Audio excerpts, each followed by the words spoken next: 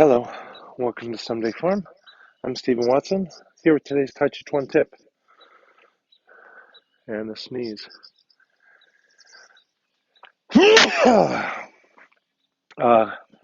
So today's tip is to purposefully, consciously, and sincerely, always sincerely, return to uh, old instruction, note, correction, advice that you've received, that you benefited from, that worked for you, that fit you, that suited you, that you find was necessary, and you're able to incorporate it.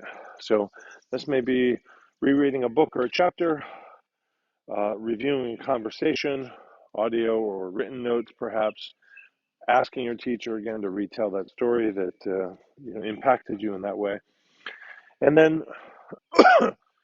re-receive that note anew.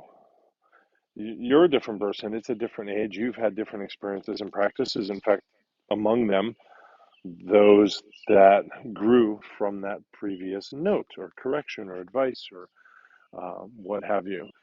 So it may not impact you the same way, but perhaps it will impact you more deeply or subtly differently or wildly differently. I don't know. But often we kind of look back at notes and we kind of look for something I haven't ticked off, something that is yet to do on the sort of to-do list of my notes. And I think it's really helpful to return to something that I know I benefited from, that I liked, or I find now that I needed, and actually return to it as sort of empty-minded as you can, as empty cup as you can, as new or novice as you can be in returning to it. You're different. The advice may not be different, but the advice's impact may differ. So thank you very much, and do what you can to give instruction to those ready for it from you. Thank you. Love.